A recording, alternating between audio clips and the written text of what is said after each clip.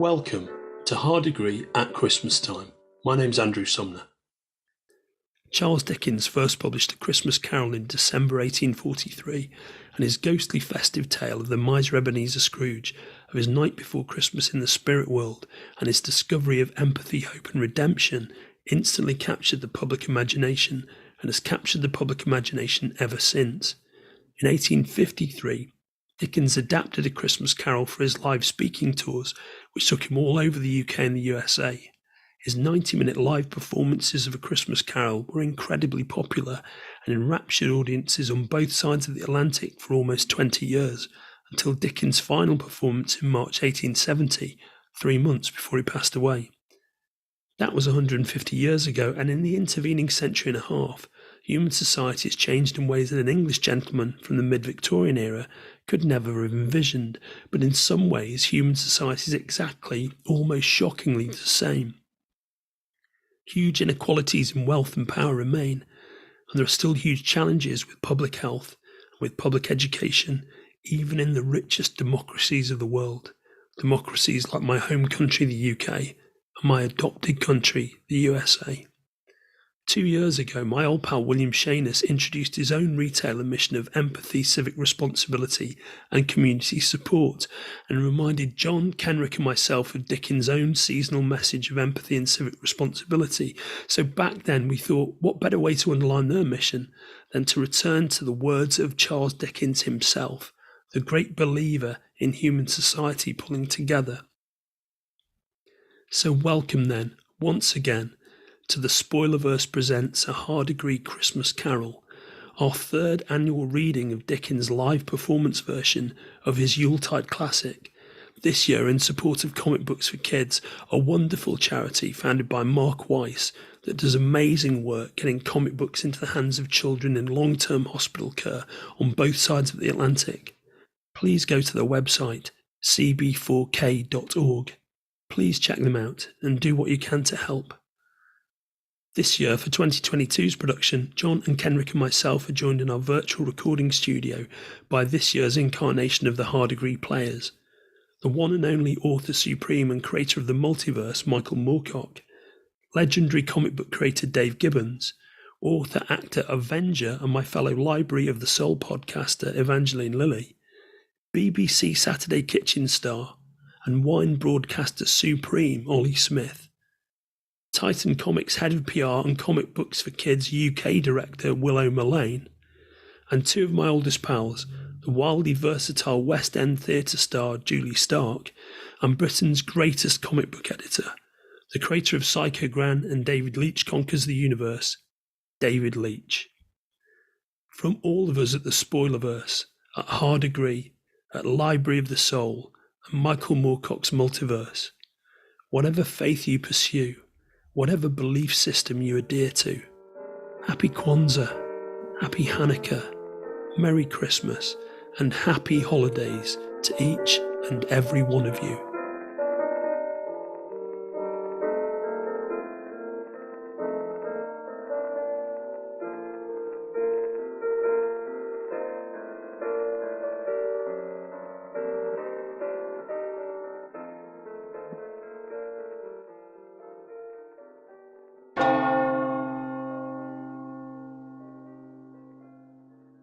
A Christmas Carol by Charles Dickens. Stave 1. Marley's Ghost. Marley was dead to begin with. There is no doubt whatever about that.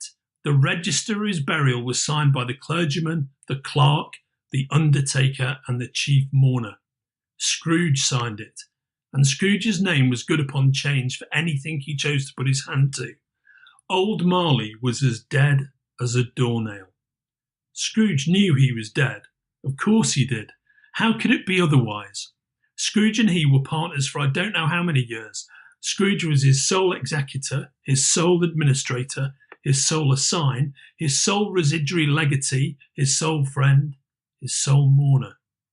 Scrooge never painted out old Marley's name, however.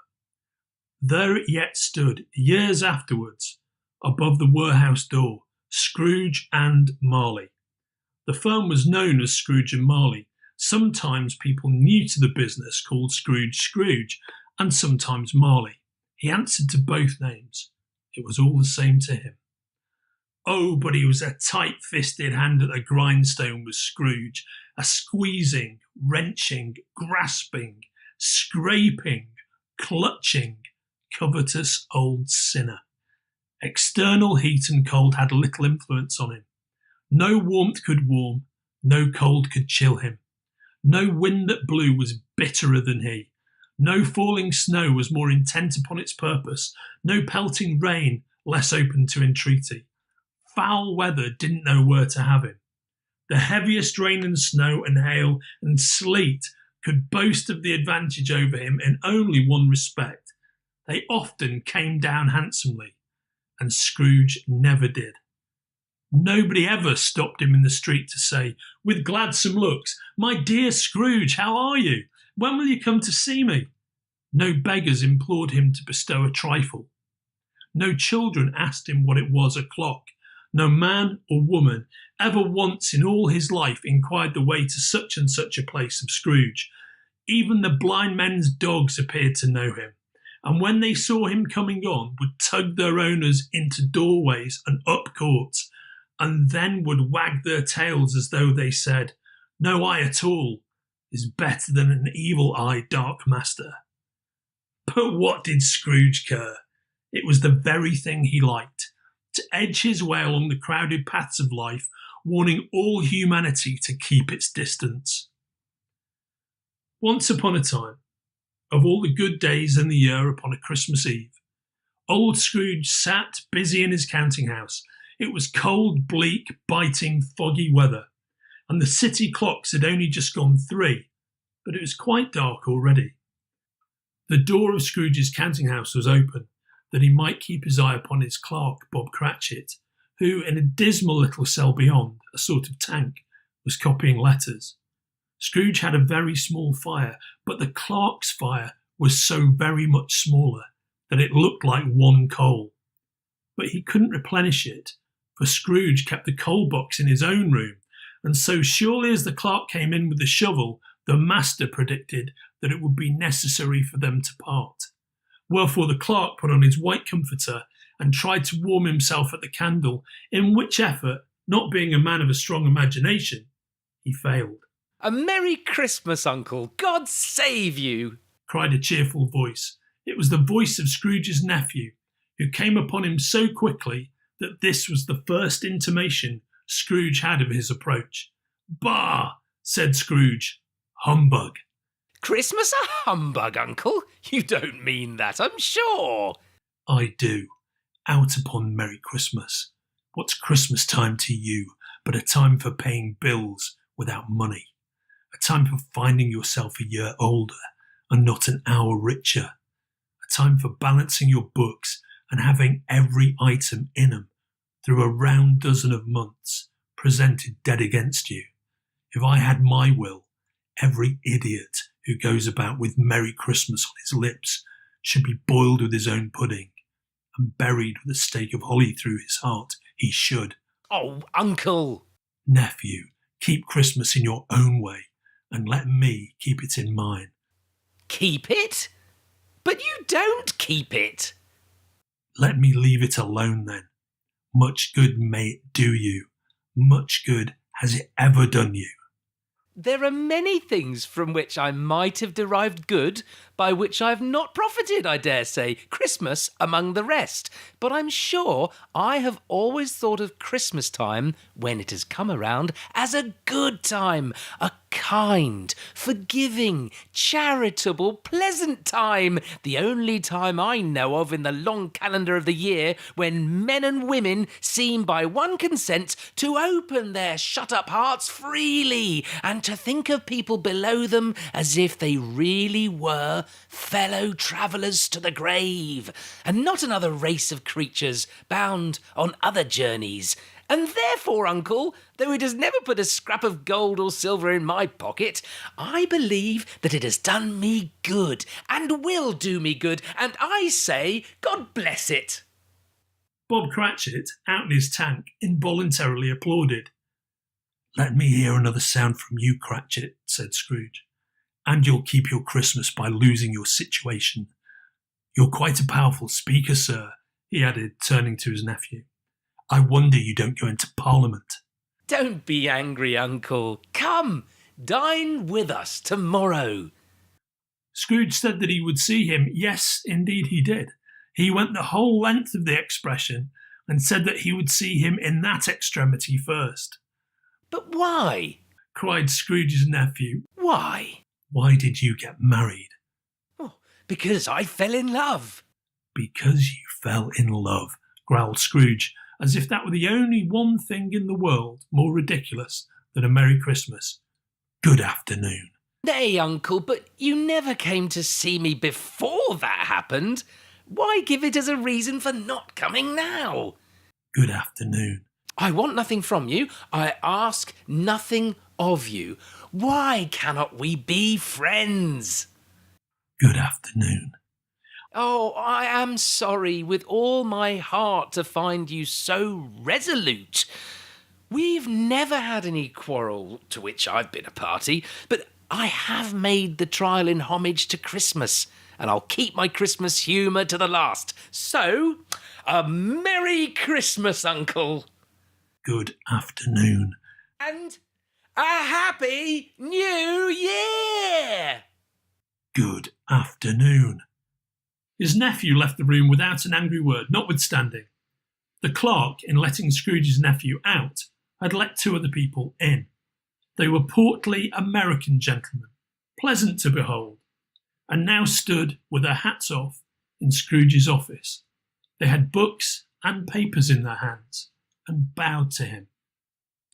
"Scrooge and Marley's, I believe," said one of the gentlemen, referring to his list. "Have I the pleasure of addressing Mr. Scrooge? Or Mr. Marley?" Mr. Marley has been dead these 7 years. He died 7 years ago, this very night. "At this festive season of the year, Mr. Scrooge," said the other gentleman, taking up a pen, "it is more than usually desirable that we should make some slight provisions for the poor and destitute, who suffer greatly at the present time. Many thousands are in want of common necessaries. Hundreds of thousands are in want of common comforts, sir." Are there no prisons?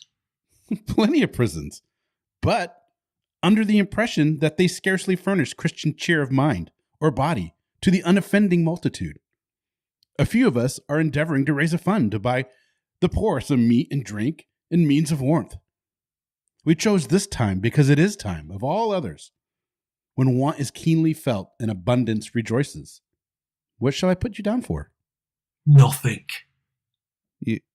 You wish to be anonymous?" I wish to be left alone. Since you ask me what I wish, gentlemen, that is my answer. I don't make merry myself at Christmas, and I can't afford to make idle people merry. I help to support the prisons and the workhouses. They cost enough, and those who are badly off must go there. Many can't go there. "And many would rather die." If they would rather die, they had better do it, and decrease the surplus population. At length, the hour of shutting up the counting house arrived. With an ill will, Scrooge, dismounting from his stool, tacitly admitted the fact to the expectant Bob Cratchit, who instantly snuffed his candle out and put on his hat. "You'll want all day tomorrow, I suppose, Cratchit." "If quite convenient, sir." "It is not convenient, and it's not fair. If I was to stop £5 for it, you'd think yourself mightily ill-used, I'll be bound." "Yes, sir." "And yet you don't think me ill-used, when I pay a day's wages for no work." "It's only once a year, sir." "A poor excuse for picking a man's pocket every 25th of December, but I suppose you must have the whole day. Be here all the earlier next morning." Bob Cratchit promised that he would, and Scrooge walked out with a growl. The office was closed in a twinkling, and Bob, with the long ends of his white comforter dangling below his waist, for he boasted no greatcoat, went down a slide at the end of a lane of boys 20 times in honour of its being Christmas Eve, and then ran home as hard as he could pelt to play at Blindman's Buff. Scrooge took his melancholy dinner in his usual melancholy tavern, and, having read all the newspapers and beguiled the rest of the evening with his banker's book, went home to bed. He lived in chambers which had once belonged to his deceased partner. They were a gloomy suite of rooms in a lowering pile of buildings up a yard. The building was old enough now and dreary enough, for nobody lived in it but Scrooge, the other rooms being all let out as offices. Now it is a fact that there was nothing at all particular about the knocker on the door of this house, except that it was very large. Also that Scrooge had seen it night and morning during his whole residence in that place. Also that Scrooge had as little of what is called fancy about him as any man in the City of London. And yet Scrooge, having his key in the lock of the door, saw in the knocker, without its undergoing any intermediate process of change, not a knocker, but Marley's face. Marley's face with a dismal light about it, like a bad lobster in a dark cellar. It was not angry or ferocious, but it looked at Scrooge as Marley used to look, with ghostly spectacles turned up upon its ghostly forehead. As Scrooge looked fixedly at this phenomenon, it was a knocker again. He waved it off and closed the door with a bang. The sound resounded through the house like thunder. Every room above and every cask in the wine merchant cellars below appeared to have a separate peal of echoes of its own. Scrooge was not a man to be frightened by echoes. He fastened the door and walked across the hall and up the stairs, slowly too, trimming his candle as he went. Up Scrooge went, not caring a button for its being very dark.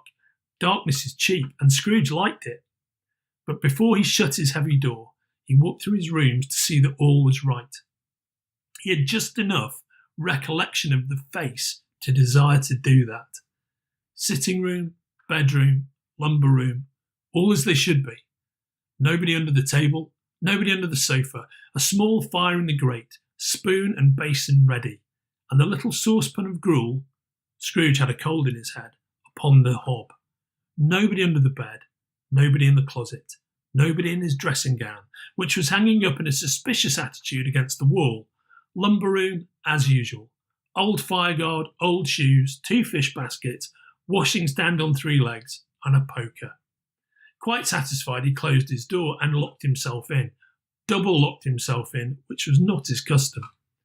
Thus secured against surprise, he took off his cravat, put on his dressing gown and slippers and his nightcap, and sat down before the very low fire to take his gruel. As he threw his head back in the chair, his glance happened to rest upon a bell, a disused bell that hung in the room and communicated, for some purpose now forgotten, with the chamber in the highest story of the building. It was with great astonishment and with a strange, inexplicable dread that as he looked, he saw this bell begin to swing. Soon it rang out loudly, and so did every bell in the house. This was succeeded by a clanking noise deep down below, as if some person were dragging a heavy chain over the casks in the wine merchant's cellar. Then he heard the noise much louder on the floors below. Then coming up the stairs. Then coming straight towards his door. It came on through the heavy door, and a spectre passed into the room before his eyes, and upon its coming in, the dying flame leapt up as though it cried, "I know him, Marley's ghost." The same face, the very same. Marley in his pigtail, usual waistcoat, tights and boots. His body was transparent, so that Scrooge, observing him and looking through his waistcoat, could see the 2 buttons on his coat behind. Scrooge had often heard it said that Marley had no bowels, but he had never believed it until now. No, nor did he believe it even now, though he looked the phantom through and through and saw it standing before him, though he felt the chilling influence of its death-cold eyes and noticed the very texture of the folded kerchief bound about its head and chin. He was still incredulous. "How now?" said Scrooge, caustic and cold as ever. "What do you want with me?" "Much." Marley's voice, no doubt about it. "Who are you?" "Ask me who I was." "Who were you then?" "In life, I was your partner, Jacob Marley." Can you sit down?" "I can." "Do it then." Scrooge asked the question because he didn't know whether a ghost so transparent might find himself in a condition to take a chair, and felt that, in the event of its being impossible, It might involve the necessity of an embarrassing explanation, but the ghost sat down on the opposite side of the fireplace, as if he were quite used to it. You don't believe in me. I don't. What evidence would you have of my reality beyond that of your senses? I don't know. Why do you doubt your senses? Because a little thing affects them. A slight disorder of the stomach, perhaps. You may be an undigested bit of beef, a blot of mustard, a crumb of cheese, a fragment of an underdone potato. There's more of gravy than of grave about you, whatever you are. Scrooge was not much in the habit of cracking jokes, nor did he feel in his heart by any means waggish then. The truth is that he tried to be smart as a means of distracting his own attention and keeping down his horror. But how much greater was his horror when, the phantom taking off the bandage round its head as if it were too warm to wear indoors, its lower jaw dropped down upon its breast. Mercy, dreadful apparition, why do you trouble me? Why do spirits walk the earth? And why do they come to me? It is required of every man that the spirit within him should walk abroad among his fellow men and travel far and wide. And if that spirit goes not forth in life, it is condemned to do so after death. I cannot tell you all I would. A very little more is permitted to me. I cannot rest. I cannot stay. I cannot linger anywhere. My spirit never walked beyond our counting house. Mark me. In life, my spirit never roved beyond the narrow limits of our money-changing hole, and weary journeys lie before me. 7 years dead, and travelling all the time. You travel fast. On the wings of the wind. You might have got over a great quantity of ground in 7 years. Oh, blind man, not to know that ages of incessant labour by mortal creatures for this earth must pass into eternity, not to know that any Christian spirit working kindly in its little sphere, whatever it may be, will find its mortal life too short for its vast means of usefulness, not to know that no space of regret can make amends for one's life's opportunities misused. Yet I was like this man. I once was like this man. But you were always a good man of business, Jacob, faltered Scrooge, who now began to apply this to himself. Business, cried the ghost, wringing its hands again. Mankind was my business. The common welfare was my business. Charity, mercy, forbearance, benevolence were all my business. The dealings of my trade were but a drop of water in the comprehensive ocean of my business. Scrooge was very much dismayed to hear the spectre going on at this rate, and began to quake exceedingly. Hear me, my time is nearly gone. I will, but don't be hard upon me. Jacob, pray. I am here tonight to warn you that you have yet a chance and hope of escaping my fate, a chance and hope of my procuring, Ebenezer. You're always a good friend to me, thank ye. You will be haunted by 3 spirits. Is that the chance and hope you mentioned, Jacob? I think I'd rather not. Without their visits, you cannot hope to shun the path I tread. Expect the first tomorrow night when the bell tolls 1. Expect the second on the next night at the same hour. The third upon the next night when the last stroke of 12 has ceased to vibrate. Look to see me no more, and look that, for your own sake, you remember what has passed between us. It walked backward from him, and at every step it took, the window raised itself a little, so that when the apparition reached it, it was wide open. Scrooge closed the window and examined the door by which the ghost had entered. It was double locked, as he had locked it with his own hands, and the bolts were undisturbed.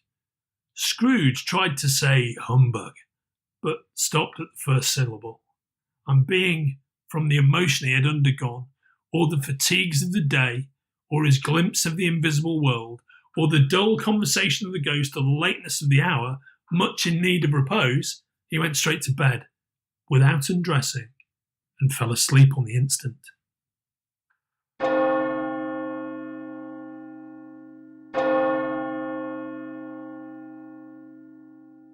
Stave 2, the first of the 3 spirits. When Scrooge awoke, it was so dark that looking out of bed he could scarcely distinguish the transparent window from the opaque walls of his chamber, until suddenly the church clock tolled a deep, dull, hollow, melancholy 1. Light flashed up in the room upon the instant, and the curtains of his bed were drawn aside by a strange figure, like a child, yet not so like a child as like an old man, viewed through some supernatural medium which gave him the appearance of having receded from the view. Its hair, which hung about its neck and down its back, was white as if with age, and yet the face had not a wrinkle in it, and the tenderest bloom was on the skin. It held a branch of fresh green holly in its hand, and in singular contradiction of that wintry emblem, had its dress trimmed with summer flowers. But the strangest thing about it was that from the crown of its head there sprung a bright, clear jet of light, by which all this was visible, and which was doubtless the occasion of its using, in its duller moments, a great extinguisher for a cap, which it now held under its arm. "Are you the spirit, sir, whose coming was foretold to me?" I am. "Who and what are you?" I am the ghost of Christmas past. "Long past." Know your past. The things that you will see with me are shadows of the things that have been.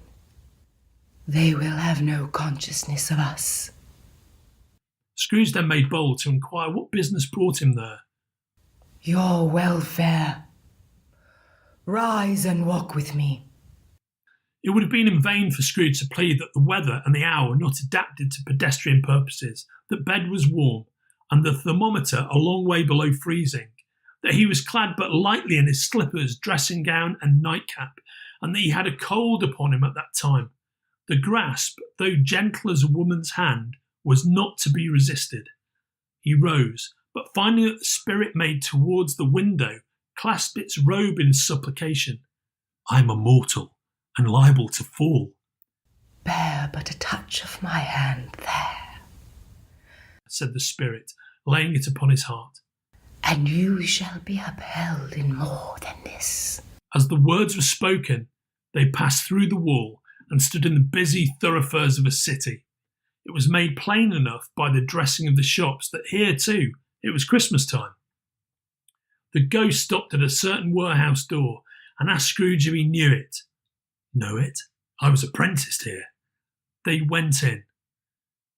At the sight of an old gentleman in a Welsh wig, sitting behind such a high desk that if he had been 2 inches taller, he must have knocked his head against the ceiling, Scrooge cried in great excitement, "Why, it's old Fezziwig, bless his heart! It's Fezziwig alive again!"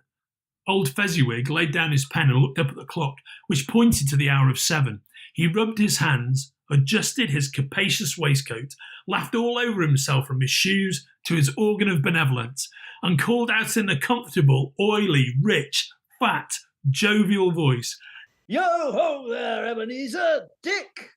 A living and moving picture of Scrooge's former self, a young man, came briskly in, accompanied by his fellow prentice. "Dick Wilkins, to be sure," said Scrooge to the ghost. "My old fellow prentice, bless me. Yes, there he is. He was very much attached to me, was Dick. Poor Dick. Dear, dear." "Yo-ho, my boys!" said Fezziwig. "No more work tonight. Christmas Eve, Dick. Christmas, Ebenezer. Let's have the shutters up before a man can say Jack Robinson. Clear away, my lads, and let's have lots of room here." Clear away? There was nothing they wouldn't have cleared away, or couldn't have cleared away with old Fezziwig looking on. It was done in a minute. Every movable was packed off, as if it were dismissed from public life forevermore. The floor was swept and watered, the lamps were trimmed, fuel was heaped upon the fire, and the warehouse was as snug and warm and dry and bright a ballroom as you would desire to see upon a winter's night. In came a fiddler with a music book and went to the lofty desk and made an orchestra of it. In came Mrs. Fezziwig, one vast, substantial smile. In came the 3 Miss Fezziwigs, beaming and lovable. In came the 6 young followers whose hearts they broke. In came all the young men and women employed in the business. In came the housemaid with her cousin the baker. In came the cook with her brother's particular friend, the milkman. In they all came one after another, some shyly, some boldly, some gracefully, some awkwardly, some pushing, some pulling. In they all came, anyhow and everyhow. Away they all went, hands half round and back again the other way, down the middle and up again, round and round in various stages of affectionate grouping. Old top couple always turning up in the wrong place, new top couple starting off again as soon as they got there, all top couples at last, and not a bottom one to help them. When this result was brought about, old Fezziwig, clapping his hands to stop the dance, cried out, "Well done!" And the fiddler plunged his hot face into a pot of porter especially provided for that purpose. There were more dances, and there were forfeits, and more dances, and there was cake, and there was negus, and there was a great piece of cold roast, and there was a great piece of cold boiled, and there were mince pies, and plenty of beer.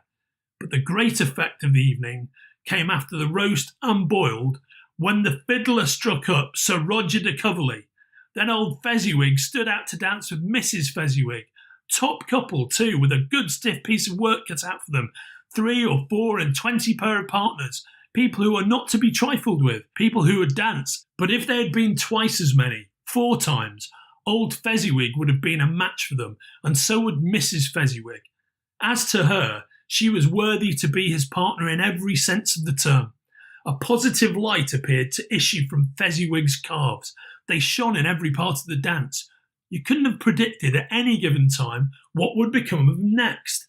And when old Fezziwig and Mrs. Fezziwig had gone all through the dance, advance and retire, turn your partner, bow and curtsy, corkscrew, thread the needle and back again to your place, Fezziwig cut so deftly that he appeared to wink with his legs. When the clock struck 11, this domestic ball broke up. Mr. and Mrs. Fezziwig took their stations, one on either side of the door, and, shaking hands with every person individually as he or she went out, wished him or her a Merry Christmas.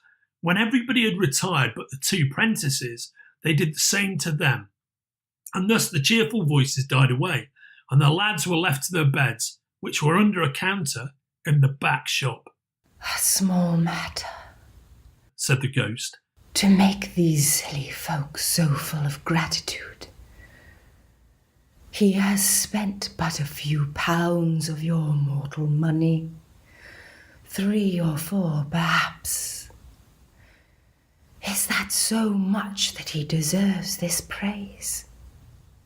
It isn't that, said Scrooge, heated by the remark, and speaking unconsciously like his former, not his latter self. It isn't that, Spirit. He has the power to render us happy or unhappy, to make our service light or burdensome, a pleasure or a toil. Say that his power lies in words and looks, in things so slight and insignificant that it is impossible to add and count them up. What then? The happiness he gives is quite as great as if it cost a fortune. He felt the Spirit's glance and stopped. What is the matter? Nothing particular. Something, I think. No. I should like to be able to say a word or two to my clerk just now.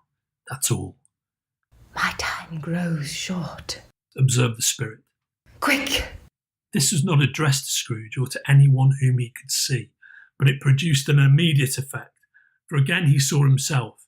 He was older now, a man in the prime of life. He was not alone, but sat by the side of a fair young girl in a black dress, in whose eyes there were tears. It matters little. She said softly to Scrooge's former self. To you, very little. Another idol has displaced me. And if it can comfort you in time to come, as I would have tried to do, I have no just cause to grieve. What idol has displaced you? A golden one. You fear the world too much. I have seen your nobler aspirations fall off one by one, until the master passion, gain, engrosses you. Have I not? What then? Even if I've grown so much wiser, what then? I'm not changed towards you. Have I ever sought release from our engagement? In words, no. Never. In what then? In a changed nature, in an altered spirit, in another atmosphere of life, another hope as its great end. If you were free today, tomorrow, yesterday, can I even believe that you would choose a dowerless girl? Or, choosing her, do I not know that your repentance and regret would surely follow? I do. And I release you, with a full heart, for the love of him you once were. Spirit, remove me from this place. I told you these were shadows of the things that have been, said the ghost. They are what they are. Do not blame me. Remove me, Scrooge exclaimed. I cannot bear it. Leave me. Take me back. Haunt me no longer. As he struggled with the spirit, he was conscious of being exhausted and overcome by an irresistible drowsiness, and further, of being in his own bedroom. He had barely time to reel to bed before he sank into a heavy sleep.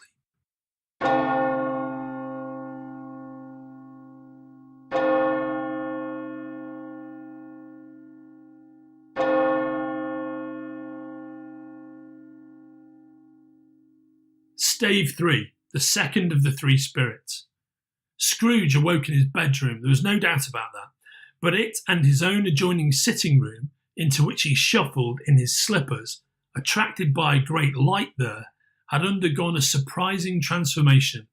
The walls and ceiling were so hung with living green that it looked a perfect grove. The leaves of holly, mistletoe and ivy reflected back the light, as if many little mirrors had been scattered there, and such a mighty blaze went roaring up the chimney as that petrifaction of a hearth had never known in Scrooge's time, or Marley's, or for many and many a winter season gone. Heaped upon the floor to form a kind of throne were turkeys, geese, game, brawn, great joints of meat, suckling pigs, long wreaths of sausages, mince pies, plum puddings, barrels of oysters, red-hot chestnuts, cherry-cheeked apples, juicy oranges, luscious pears, immense 12th cakes and great bowls of punch. In easy state upon this couch there sat a giant, glorious to see, who bore a glowing torch, in shape not unlike Plenty's horn, and he raised it high to shed its light on Scrooge as he came peeping around the door. Come in, and know me better, man. I am the ghost of Christmas present. Look upon me. You have never seen the like of me before. Never.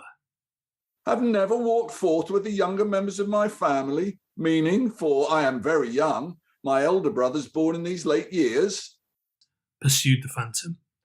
I don't think I have. I'm afraid I have not. Have you had many brothers, Spirit? More than 1,800. A tremendous family to provide for. Spirit, conduct me where you will. I went forth last night on compulsion, and I learnt a lesson which is working now. Tonight, if you have aught to teach me, let me profit by it. Touch my robe. Scrooge did as he was told, and held it fast. The room and its contents all vanished instantly, and they stood in the city streets upon a snowy Christmas morning. Scrooge and the ghost passed on, invisible, straight to Scrooge's clerks, and on the threshold of the door the spirit smiled and stopped to bless Bob Cratchit's dwelling with the sprinklings of his torch. Think of that! Bob had but 15 bob a week himself. He pocketed on Saturdays but 15 copies of his Christian name. And yet the ghost of Christmas present blessed his four-roomed house. Then up rose Mrs. Cratchit, Cratchit's wife, dressed out but poorly in a twice-turned gown, brave in ribbons, which are cheap and make a goodly show for sixpence, and she laid the cloth, assisted by Belinda Cratchit, second of her daughters, also brave in ribbons, while Master Peter Cratchit plunged a fork into the saucepan of potatoes, and getting the corners of his monstrous shirt collar, Bob's private property conferred upon his son and heir in honour of the day, into his mouth, rejoiced to find himself so gallantly attired, and yearned to show his linen in the fashionable park. And now two smaller Cratchits, boy and girl, came tearing in, screaming that outside the baker's they had smelt the goose and known it for their own, and, Basking in luxurious thoughts of sage and onion, these young Cratchits danced about the table and exalted Master Peter Cratchit to the skies, while he, not proud, although his collars nearly choked him, blew the fire until the slow potatoes, bubbling up, knocked loudly at the saucepan lid to be let out and peeled. "What has ever got your precious father, then?" said Mrs. Cratchit, "and your brother, Tiny Tim? And Martha warn't as late last Christmas Day by half an hour." "Here's Martha, mother," said a girl, appearing as she spoke. "Here's Martha, mother," cried the two young Cratchits. "Hurrah! There's such a goose, Martha." "Why, bless your heart alive, my dear, how late you are," said Mrs. Cratchit, kissing her a dozen times and taking off her shawl and bonnet for her. "We'd a deal of work to finish up last night," replied the girl, "and had to clear away this morning, mother." "Well, never mind so long as you are come," said Mrs. Cratchit. "Sit ye down before the fire, my dear, and have a warm, Lord bless ye." "No, no, there's father coming," cried the two young Cratchits, who were everywhere at once. "Hide, Martha, hide!" So Martha hid herself, and in came little Bob, the father, with at least 3 feet of comforter, exclusive of the fringe, hanging down before him, and his threadbare clothes darned up and brushed to look seasonable, and Tiny Tim upon his shoulder. Alas for Tiny Tim, he bore a little crutch, and had his limbs supported by an iron frame. "Why, where's our Martha?" cried Bob Cratchit, looking round. "Not coming," said Mrs. Cratchit. "Not coming?" said Bob, with a sudden declension in his high spirits, for he had been Tim's blood horse all the way from church, and had come home rampant. "Not coming upon Christmas Day?" Martha didn't like to see him disappointed, even if it were only in joke. So she came out prematurely from behind the closet door and ran into his arms while the two young Cratchits hustled Tiny Tim and bore him off to the wash-house that he might hear the pudding singing in the copper. "And how did little Tim behave?" said Mrs. Cratchit, when she had rallied Bob on his credulity, and Bob had hugged his daughter to his heart's content. "As good as gold," said Bob, "and better. Somehow he gets thoughtful, sitting by himself so much, and he thinks the strangest things you ever heard. He told me, coming home, that he hoped that the people saw him in the church because he was a cripple, and it might be pleasant to them to remember, upon Christmas Day, he made lame beggars walk and blind men see." Bob's voice was tremulous when he told them this, and trembled more when he said that Tiny Tim was growing strong and hearty. His active little crutch was heard upon the floor, and back came Tiny Tim before another word was spoken, escorted by his brother and sister to his stool beside the fire. And while Bob, turning up his cuffs, as if, poor fellow, they were capable of being made more shabby, compounded some hot mixture in a jug with gin and lemons, and stirred it round and round and put it on the hob to simmer, Master Peter and the two ubiquitous young Cratchits went to fetch the goose, with which they soon returned in high procession.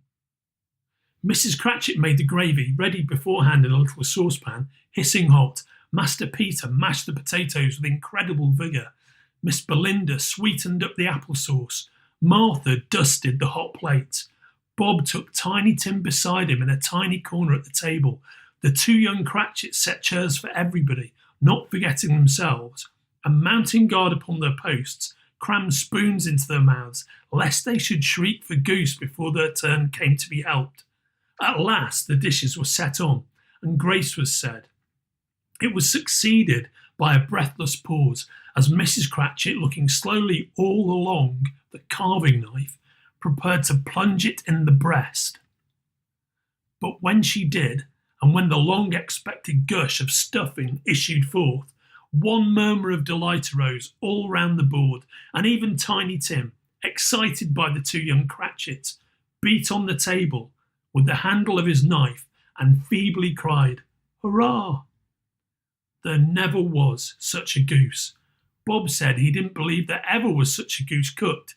Its tenderness and flavour, size and cheapness were the themes of universal admiration. Eked out by applesauce and mashed potatoes, it was a sufficient dinner for the whole family.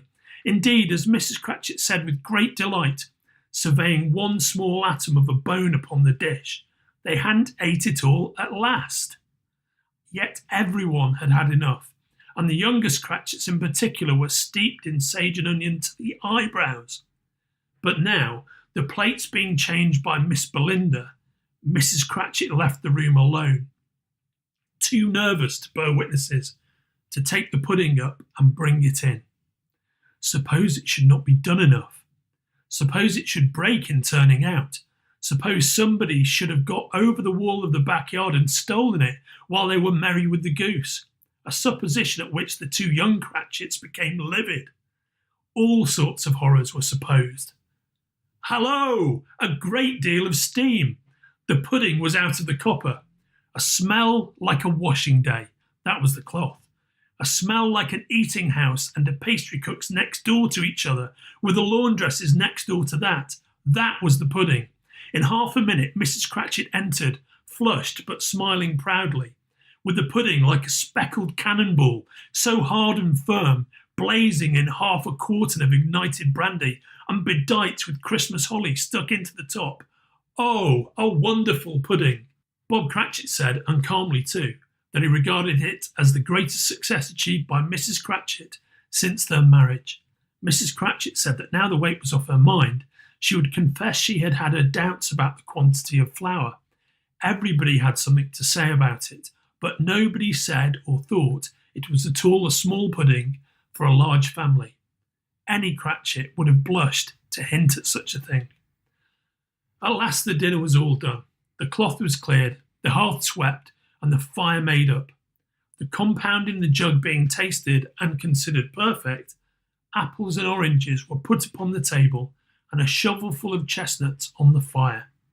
Then all the Cratchit family drew round the hearth in what Bob Cratchit called a circle, and at Bob Cratchit's elbow stood the family display of glass, 2 tumblers, and a custard cup without a handle. These held the hot stuff from the jug, however, as well as golden goblets would have done, and Bob served it out with beaming looks, while the chestnuts on the fire sputtered and crackled noisily. Then Bob proposed, "A Merry Christmas to us all, me dears. God bless us," which all the family re-echoed. God bless us, everyone, said Tiny Tim, the last of all. He sat very close to his father's side, upon his little stool. Bob held his withered little hand in his, as if he loved the child and wished to keep him by his side, and dreaded that he might be taken from him. Scrooge raised his head speedily on hearing his own name. "Mr. Scrooge," said Bob. "I'll give you Mr. Scrooge, the founder of the feast." "The founder of the feast, indeed," cried Mrs. Cratchit, reddening. "I wish I had him here. I'll give him a piece of my mind to feast upon, and I hope he'd have a good appetite for it." "Me dear," said Bob, "the children, Christmas Day." "It should be Christmas Day, I'm sure," said she, "on which one drinks the health of such an odious, stingy, odd, unfeeling man as Mr. Scrooge. You know he is, Robert. Nobody knows it better than you do, poor fellow." "Me dear," was Bob's mild answer, "Christmas Day." "I'll drink his health for your sake and the day's," said Mrs. Cratchit. "Not for his. Long life to him, a Merry Christmas and a Happy New Year. He'll be very merry and very happy, I have no doubt." The children drank the toast after her. It was the first of their proceedings which had no heartiness in it. Tiny Tim drank it last of all, but he didn't care twopence for it. Scrooge was the ogre of the family. The mention of his name cast a dark shadow on the party, which was not dispelled for full 5 minutes. After it had passed away, they were 10 times merrier than before, from the mere relief of Scrooge the Baleful being done with. Bob Cratchit told them how he had a situation in his eye for Master Peter, which would bring in, if obtained, full 5 and 6pence weekly. The 2 young Cratchits laughed tremendously at the idea of Peter's being a man of business, and Peter himself looked thoughtfully at the fire from between his collars, as if he were deliberating what particular investments he should favour when he came into the receipt of that bewildering income. Martha, who was a poor apprentice at a milliner's, then told them what kind of work she had to do, and how many hours she worked at a stretch, and how she meant to lie abed tomorrow morning for a good long rest, tomorrow being a holiday she passed at home.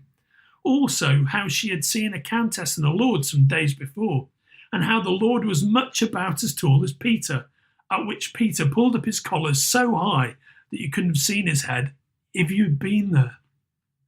All this time, the chestnuts and the jug went round and round, and by they had a song about a lost child travelling in the snow for from Tiny Tim, who had a plaintive little voice and sang it very well indeed. There was nothing of high mark in this. They were not a handsome family. They were not well dressed. Their shoes were far from being waterproof.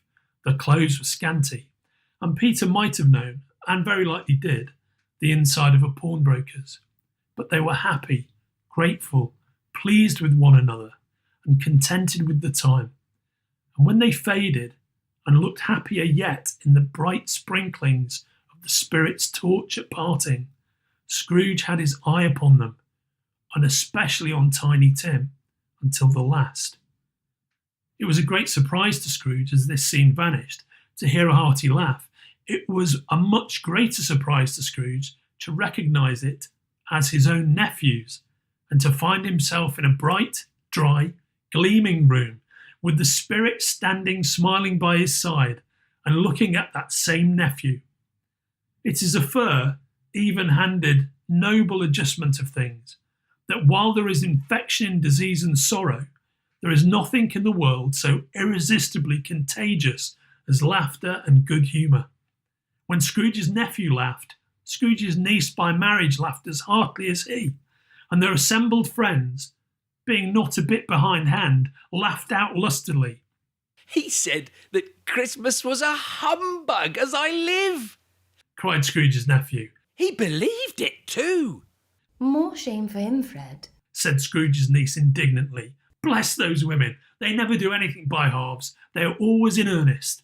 She was very pretty, exceedingly pretty, with a dimpled, surprised-looking, capital face, a right little mouth that seemed made to be kissed, and no doubt was, all kinds of good little dots about her chin that melted into one another when she laughed, and the sunniest pair of eyes you ever saw in any creature's head. Altogether she was what you would have called provoking, but satisfactory too. Oh, perfectly satisfactory. He's a comical old fellow, said Scrooge's nephew. That's the truth, and not so pleasant as he might be. However, his offences carry their own punishment, and I have nothing to say against him. Who suffers by his ill whims? Himself, always. Here he takes it into his head to dislike us, and he won't come and dine with us. What's the consequence? He don't lose much of a dinner. Indeed, I think he loses a very good dinner, interrupted Scrooge's niece. Everybody else said the same, and they must be allowed to have been competent judges, because they had just had dinner and, with the dessert upon the table, were clustered round the fire by lamplight. Well, I'm very glad to hear it, said Scrooge's nephew, because I haven't got any great faith in these young housekeepers. What do you say, Topper? Topper clearly had his eye on one of Scrooge's niece's sisters, for he answered that a bachelor was a wretched outcast who had no right to express an opinion on the subject, whereat Scrooge's niece's sister, the plump one with the lace tucker, not the one with the roses, blushed. After tea they had some music, for they were a musical family and knew what they were about. When they sung a glee or catch, I can assure you, especially Topper, who could growl away in the bass like a good one and never swell the large veins in his forehead or get red in the face over it. But they didn't devote the whole evening to music. After a while, they played at forfeits, for it is good to be children sometimes, and never better than at Christmas, when its mighty founder was a child himself.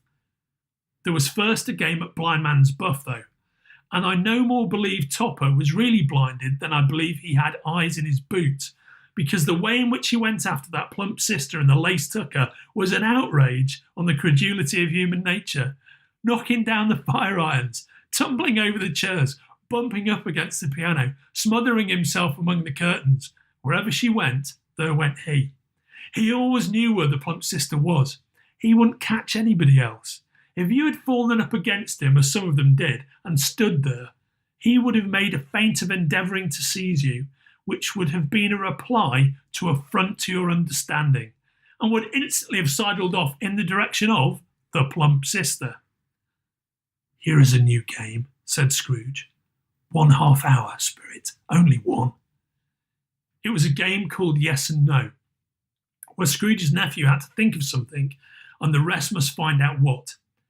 He only answering to the questions yes or no, as the case was. The fire of questioning to which he was exposed elicited from him that he was thinking of an animal, a live animal, rather a disagreeable animal, a savage animal, an animal that growled and grunted sometimes, and talked sometimes, and lived in London, and walked about the streets, and wasn't made a show of, and wasn't led by anybody, and didn't live in a menagerie, and was never killed in a market, and was not a horse, or an ass, or a cow, or a bull, or a tiger, or a dog, or a pig, or a cat, or a burr.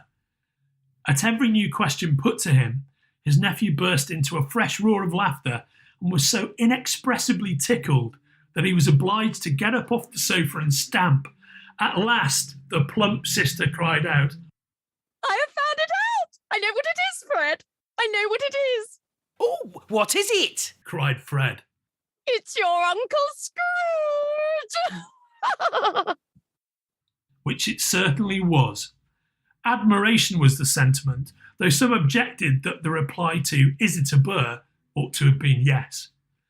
Uncle Scrooge had imperceptibly become so gay and light of heart that he would have drank to the unconscious company in an inaudible speech, but the whole scene passed off in the breath of the last words spoken by his nephew, and he and the spirit were again upon their travels. Much they saw, and far they went, and many homes they visited, but always with a happy end. The spirit stood beside sick beds, and they were cheerful, on foreign lands, and they were close at home, by struggling men, and they were patient in their greater hope, by poverty, and it was rich, in almshouse, hospital, and jail, in misery's every refuge, where vain man in his little brief authority had not made fast the door and barred the spirit out, he left his blessing and taught Scrooge his precepts. Suddenly, as they stood together in an open place, the bell struck 12. Scrooge looked about him for the ghost and saw it no more.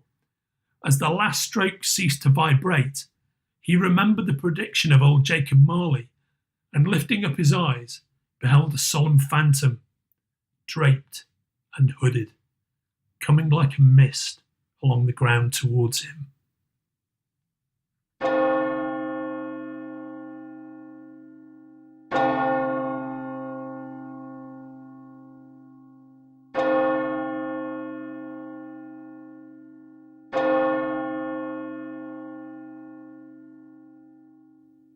Stave 4, the last of the spirit. The phantom slowly, gravely, silently approached. When it came near him, Scrooge bent down upon his knee, for in the earth through which this spirit moved, it seemed to scatter gloom and mystery. It was shrouded in a deep black garment, which concealed its head, its face, its form, and left nothing of it visible save one outstretched hand. He knew no more, for the spirit neither spoke nor moved. Am I in the presence of the ghost of Christmas yet to come? Ghost of the future? I fear you more than any spectre I have seen, but as I know your purpose is to do me good, and as I hope to live to be another man from what I was, I am prepared to bear you company, and do it with a thankful heart. Will you not speak to me? It gave him no reply. The hand was pointed straight before them. Lead on, lead on. The night is waning fast, and it is precious time to me, I know. Lead on, spirit. They scarcely seemed to enter the city, for the city rather seemed to spring up about them. But there they were in the heart of it, on 'change, amongst the merchants. The spirit stopped beside one little knot of businessmen. Observing that the hand was pointed to them, Scrooge advanced to listen to their talk. No, said a great fat man with a monstrous chin. I don't know much about it either way. I only know he's dead. When did he die? Inquired another. Last night, I believe. Why? What was the matter with him? I thought he'd never die. God knows, said the first with a yawn. What has he done with his money? Asked a red-faced gentleman. I haven't heard, said the man with a large chin. Company, perhaps? He hasn't left it to me. That's all I know. Bye-bye. Scrooge was at first inclined to be surprised that the spirit should attach importance to conversation apparently so trivial. But feeling assured that it must have some hidden purpose, he set himself to consider what it was likely to be. It could scarcely be supposed to have any bearing on the death of Jacob, his old partner, for that was past, and this ghost province was the future. He looked about in that very place for his own image, but another man stood in his accustomed corner, and though the clock pointed to his usual time of day for being there, he saw no likeness of himself among the multitudes that poured in through the porch. It gave him little surprise, however, for he had been revolving in his mind a change of life, and he thought and hoped he saw his newborn resolutions carried out in this. They left this busy scene and went into an obscure part of the town, to a low shop where iron, old rags, bottles, bones, and greasy offal were bought. A grey-haired rascal of great age sat smoking his pipe. Scrooge and the Phantom came into the presence of this man, just as a woman with a heavy bundle slunk into the shop. But she had scarcely entered when another woman, similarly laden, came in too, and she was closely followed by a man in faded black. After a short period of blank astonishment, in which the old man with the pipe had joined them, they all three burst into a laugh. Let the charwoman alone to be the first. Cried she who had entered first. Let the laundress alone to be the second. And let the undertaker's man alone to be the third. Look here, old Joe, here's a chance. If we haven't all three met here without meaning it. You couldn't have met in a better place. You were made free of it long ago, you know, and the other two ain't strangers. What do you got to sell? What do you got to sell? Half a minute's patience, Joe, and you shall see. What odds, then? What odds, Mrs. Dilber? Said the woman. Every person has a right to take care of themselves. He always did. Who's the worse for the loss of a few things like these? Not a dead man, I suppose. Mrs. Dilber, whose manner was remarkable for general propitiation, said, No, indeed, ma'am. If he wanted to keep him after he was dead, a wicked old screw, why wasn't he natural in his lifetime? If he had been, he'd have had somebody to look after him when he was struck with death, instead of lying, gasping out his last there, alone by himself. It's the truest word that ever was spoke. It's a judgment on him. I wish it was a little heavier judgment. And it should have been. You may depend upon it. If I could have laid my hands on anything else. Open that bundle, old Joe, and let me know the value of it. Speak out plain. I'm not afraid to be the first, nor afraid for them to see it. Joe went down on his knees for the greater convenience of opening the bundle and dragged out a large and heavy roll of some dark stuff. Yeah, what do you call this? Bed curtains? Oh, bed curtains. Don't drop that all upon the blankets now. His blankets? Whose else's, do you think? He isn't likely to take cold without 'em, I dare say. Ah, you may look through that shirt till your eyes ache, but you won't find an hole in it, nor a threadbare place. It's the best he had, and a fine one too. They'd have wasted it by dressing him up in it if it hadn't been for me. Scrooge listened to this dialogue in horror. Spirit, I see. I see. The case of this unhappy man might be my own. My life tends that way now. Merciful heaven, what is this? The scene had changed, and now he almost touched a bare, uncurtained bed. A pale light, rising in the outer air, fell straight upon this bed, and on it, unwatched, unwept, uncared for, was the body of this plundered, unknown man. Spirit, let me see some tenderness connected with the death, or this dark chamber spirit will be forever present to me. The ghost conducted him to poor Bob Cratchit's house. The dwelling he had visited before and found the mother and the children seated round the fire. Quiet, very quiet. The noisy little Cratchits were as still as statues in one corner, and sat looking up at Peter, who had a book before him. The mother and her daughters were engaged in needlework, but surely they were very quiet. And he took a child and set him in the midst of them. Where had Scrooge heard those words? He had not dreamed them.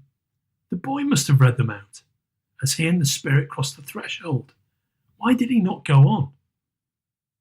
The mother laid her work upon the table and put her hand up to her face.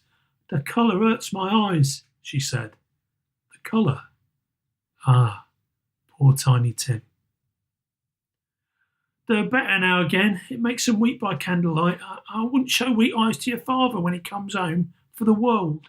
It must be near his time."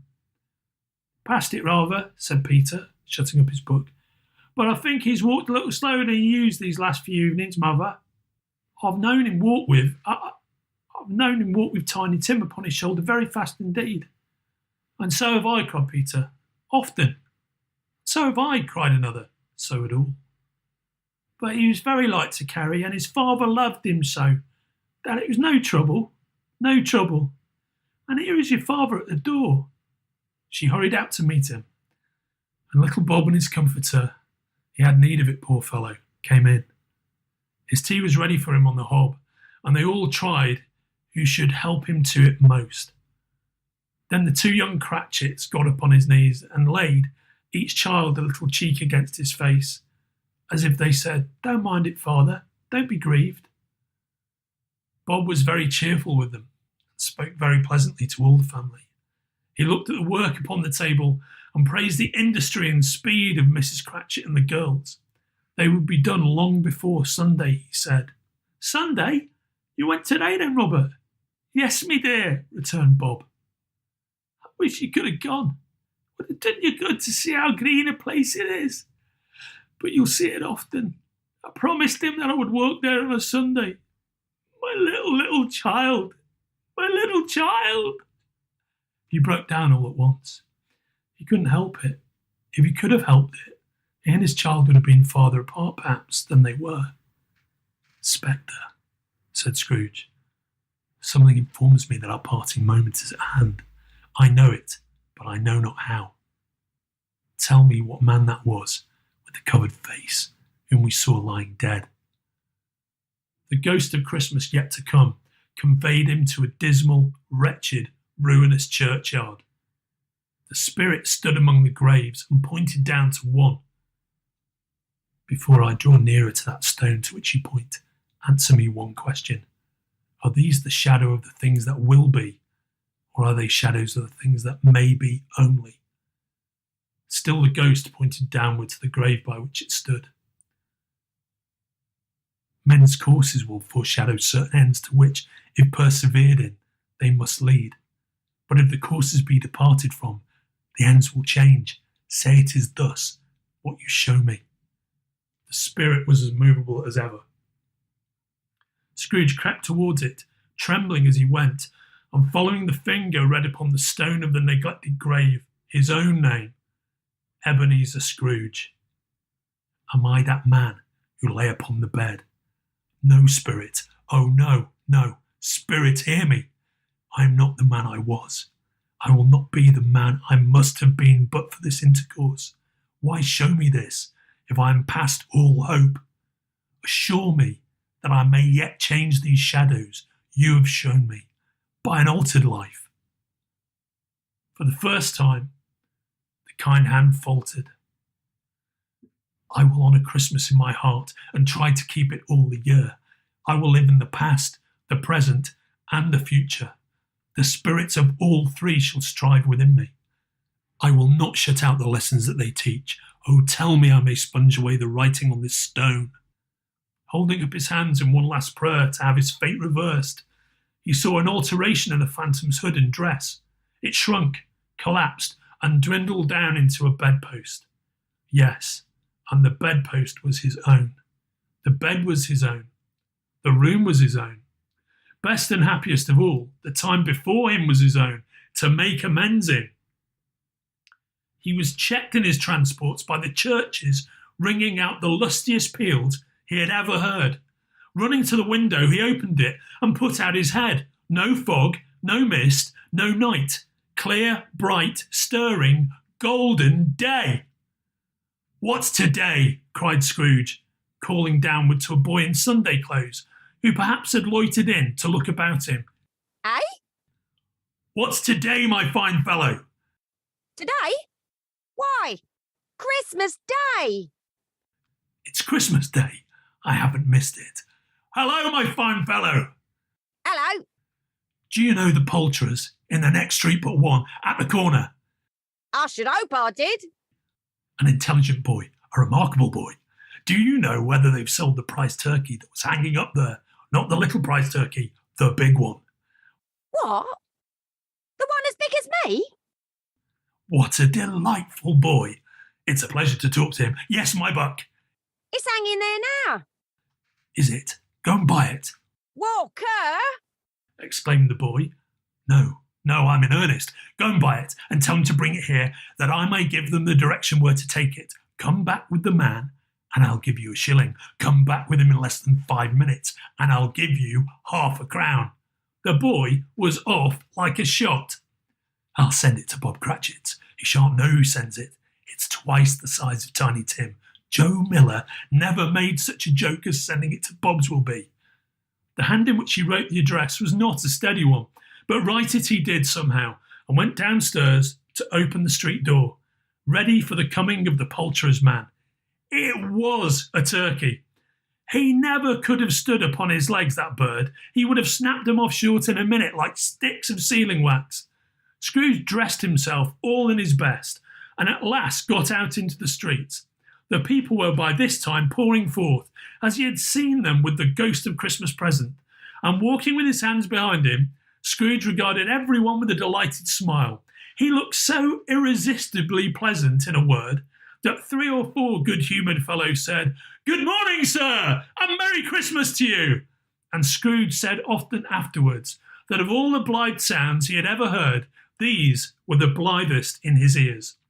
In the afternoon, he turned his steps toward his nephew's house. He passed the door a dozen times before he had the courage to go up and knock, but he made a dash and did it. "Is your master at home, my dear?" said Scrooge to the girl. Nice girl. Very. Yes, sir. "Where is he, my love?" Oh, he's in the dining room, sir, with his mistress. "He knows me," said Scrooge, with his hand already on the dining room lock. "I'll go in here, my dear." "Fred!" Bless my soul, cried Fred. Who's that? "It's I, your Uncle Scrooge. I've come to dinner. Will you let me in, Fred?" Let him in? It is a mercy he didn't shake his arm off. He was at home in 5 minutes. Nothing could be heartier. His niece looked just the same. So did Topper when he came. So did the plump sister when she came. So did everyone when they came. Wonderful party. Wonderful games. Wonderful unanimity. Wonderful happiness. But he was early at the office the next morning. Oh, he was early there. If he could only be there first and catch Bob Cratchit coming late, that was the thing he had set his heart upon. And he did it. The clock struck 9. No Bob. 1:15. No Bob. Bob was full 18 minutes and a half behind his time. Scrooge sat with his door wide open, that he might see him come into the tank. Bob's hat was off before he opened the door. His comforter, too. He was on his stool in a jiffy, driving away with his pen, as if he were trying to overtake 9 o'clock. "Hello," growled Scrooge in his accustomed voice, as near as he could feign it. "What do you mean by coming here at this time of day?" "I'm very sorry, sir. I'm behind me time."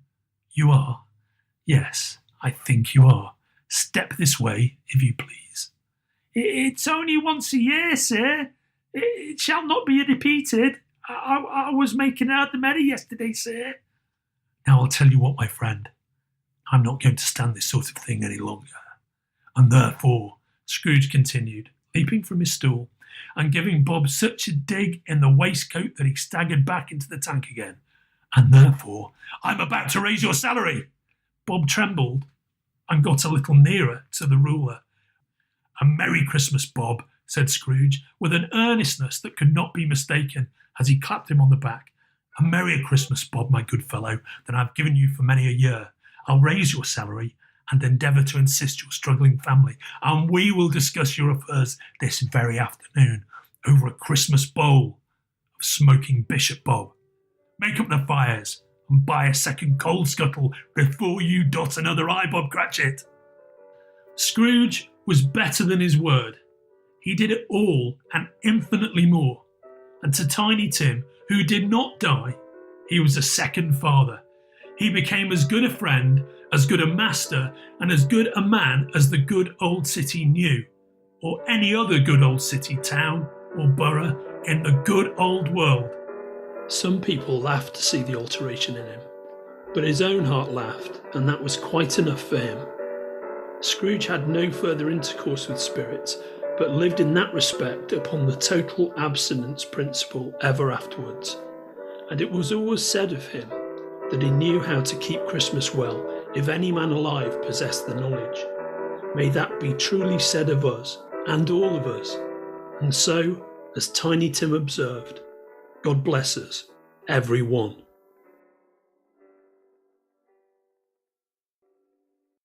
You have been listening to A Christmas Carol by Charles Dickens, produced by the Spoilerverse and Hardegree in support of comic books for kids. This reading was edited by John Horsley and Kenrick Regan, and produced by John and Kenrick and myself. The two portly American gentlemen were played by John Horsley and Kenrick Regan. The Ghost of Christmas Past and other characters were played by Evangeline Lilly. Jacob Marley and the Ghost of Christmas Present were played by Dave Gibbons. Olly Smith played Scrooge's nephew Fred. David Leach played Old Joe. Willow Mullane played the great fat man with a monstrous chin. Julie Stark played a variety of characters, including Scrooge's lost love Belle. And Michael Moorcock, of course, played Old Fezziwig. I narrated and played Scrooge. My name is Andrew Sumner. Please check out Comic Book for Kids at cb4k.org. Please support your local comic book shop, and please have a very happy holiday. Peace on earth and goodwill to all.